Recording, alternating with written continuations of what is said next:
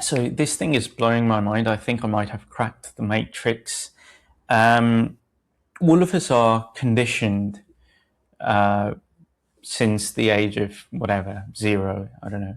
And what happens is there's a certain, the nervous system is basically all there is to a great extent. I mean, it is the only thing, the nervous system and the mind, really, right?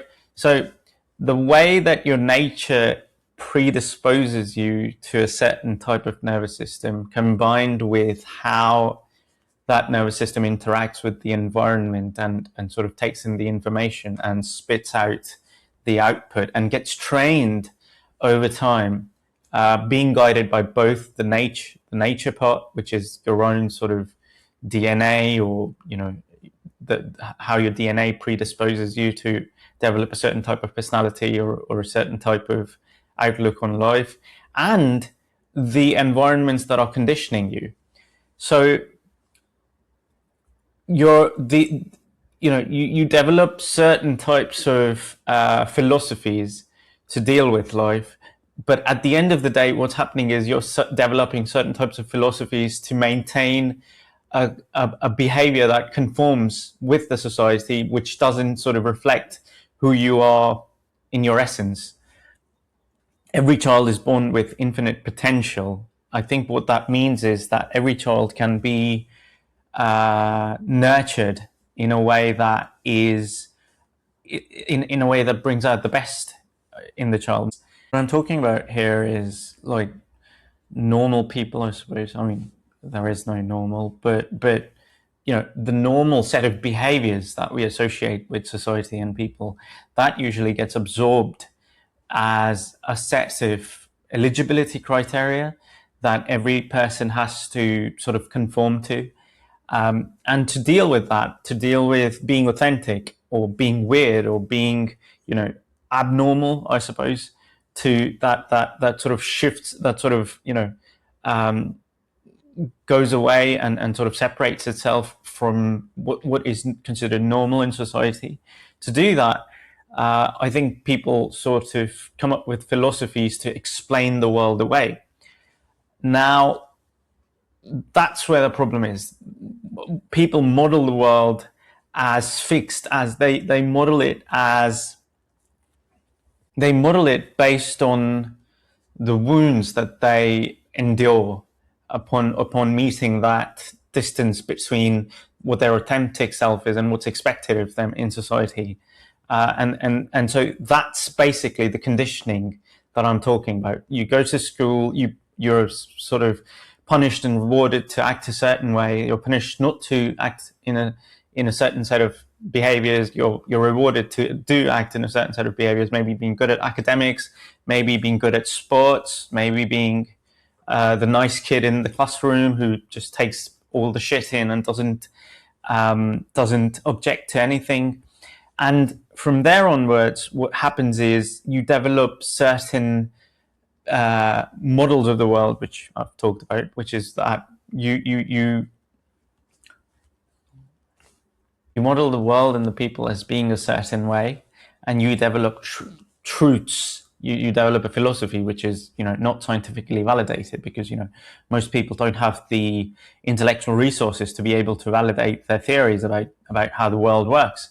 And so you develop these philosophies and models of how the world works, how people work.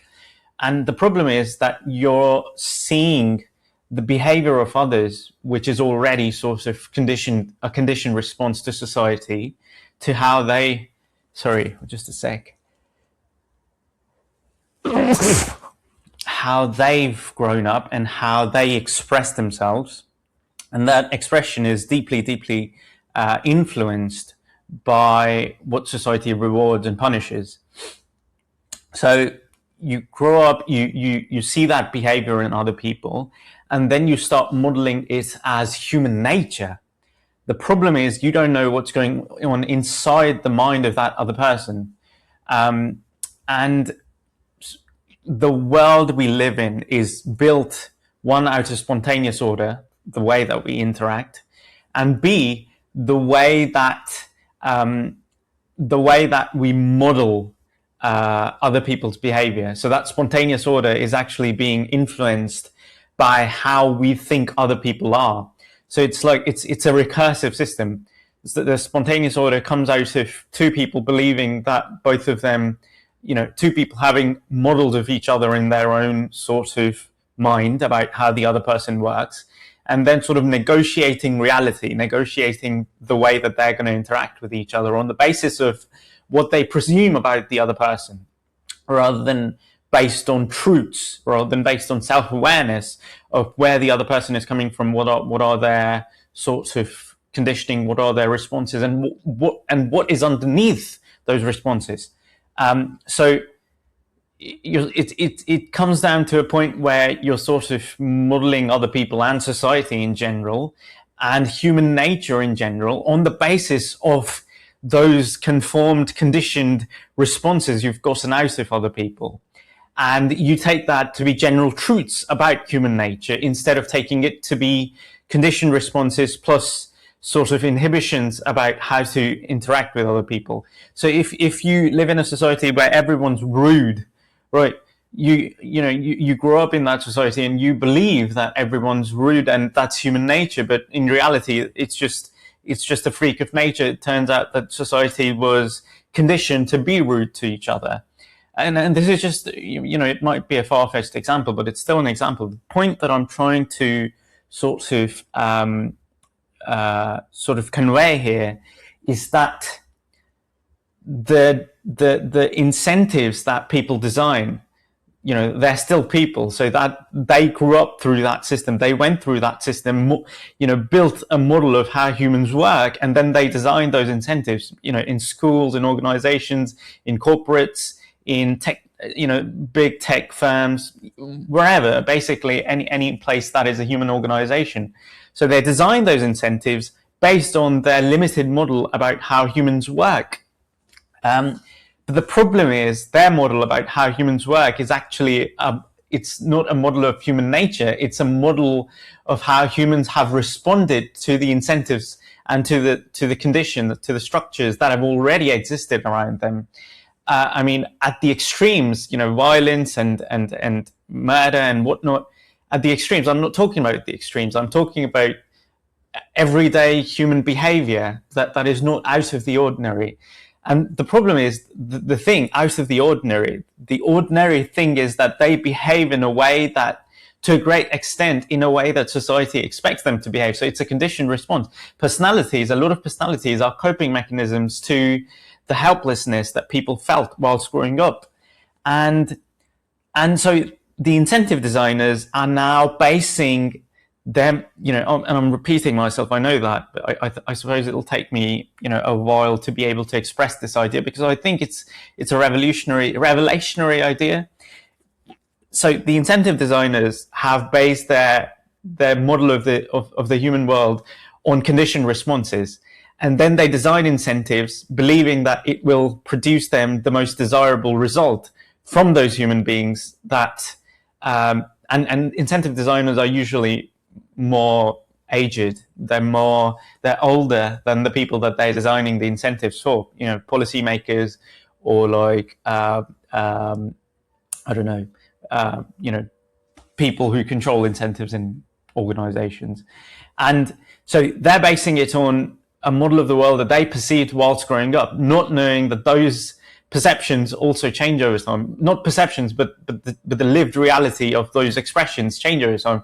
If you were to travel from 2026 to 1950s, your behaviors, you'd probably be declared a lunatic and burnt at the stake. Maybe that wasn't happening in the 1950s, but the point is that the thing that the incentive designers are mistaking human nature for is actually just an expression of of the narrative that was dominant in that point in time in history. And they're taking it to mean human nature, then designing incentives to control, to bring out to elicit a certain reaction from human, sorry about that, from human beings.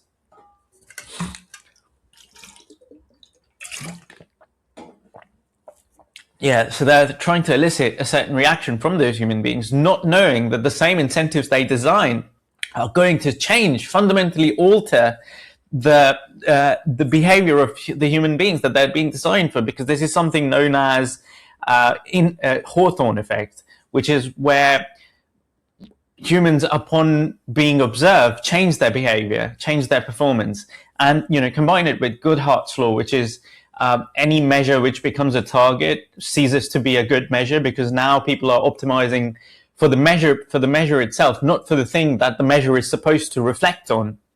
So you combine Hawthorne Effect and Goodhart's law, what you get is a seriously misunderstood model of how human beings take feedback in. To be honest, there is, I think people have really underestimated it, and they sort of justify everything in terms of human nature, and they just think humans are like this open loop model in which you just give an input and you'll get an output. You incentivize them for certain things, and then you'll get the thing that you're incentivizing them for. But that's not true. Goodhart's law sort of explains that. And so my point being is that incentive designers base incentives on models of the world that are in some senses scientifically invalid.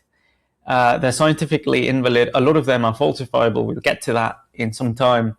And yeah, I'm still learning. I think this is what I want my career to be about, and it'll take me a while to be able to express this in clearer and clearer terms, but I genuinely want to do it. So, but I don't think I want to, I don't want to sort of not post myself on YouTube. I think this is a really good time to sort of start posting on YouTube things that I'm genuinely practicing. I want my practice to appear on YouTube. And I think that's a genuine desire, right? I think that's like a rational sort of need, sort of bring in my personality in as well, with respect to, I'm not just working on my work, which is in some senses philosophy, but philosophy which, when applied, can change how society works. And I have to be careful myself to not sort of model the incentives that I'll probably someday design on the basis of just my experiences. And I'm forever curious about other people's experiences and how other people have grown up and how other people live. And I think that would hopefully make me like a good incentive designer, or like a mechanism designer. Let's see how that works anyway.